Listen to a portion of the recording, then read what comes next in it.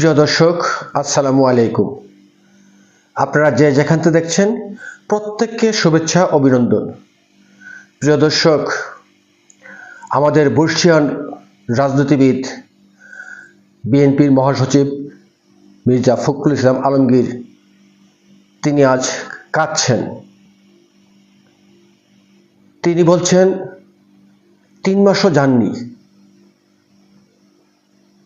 এর মধ্যেই সারা দেশে রাস্তায় রাস্তায় মারামারি, কাটাকাটি, খুনাখুনি।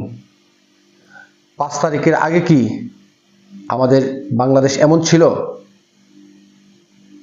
হয়তো তার ইচ্ছাই হোক কিংবা অনিচ্ছাই হোক, তার মনের অজান্তেই হোক, বাস্তব সত্য কথা কিন্তু তিনি বলে ফেলেছেন এবং তিনি দস্তুর মতো এই বক্তব্যের মধ্যে তিনি কাঁদছেন বাংলাদেশের এই পরিস্থিতি নিয়ে।